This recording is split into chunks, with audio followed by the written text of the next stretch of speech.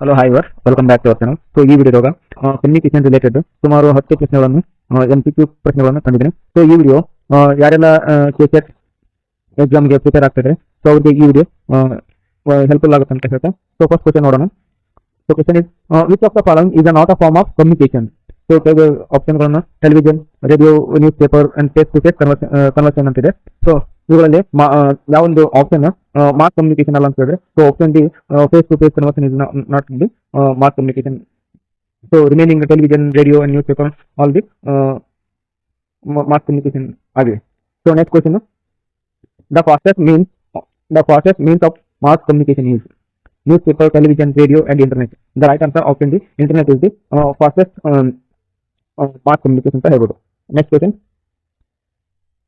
who is known as the father of printing press? Marconi, Gutenberg and Bayard and Graham ಅಂತಿದೆ. So the right answer option D, Gutenberg is the father of printing press. Next question, which medium of mass communication has the widest reach in rural India? So ಯಾವೊಂದು mass communication ಜಾಸ್ತಿಯಾಗಿ widest reach ಆಗುತ್ತದೆ in ಗ್ರಾಮೀಣ ಪ್ರದೇಶದಲ್ಲಿ ಅಂತ ಹೇಳಿದ್ರೆ radio, newspaper, television and internet ಇದೆ. So the right answer option A, radio is the right answer.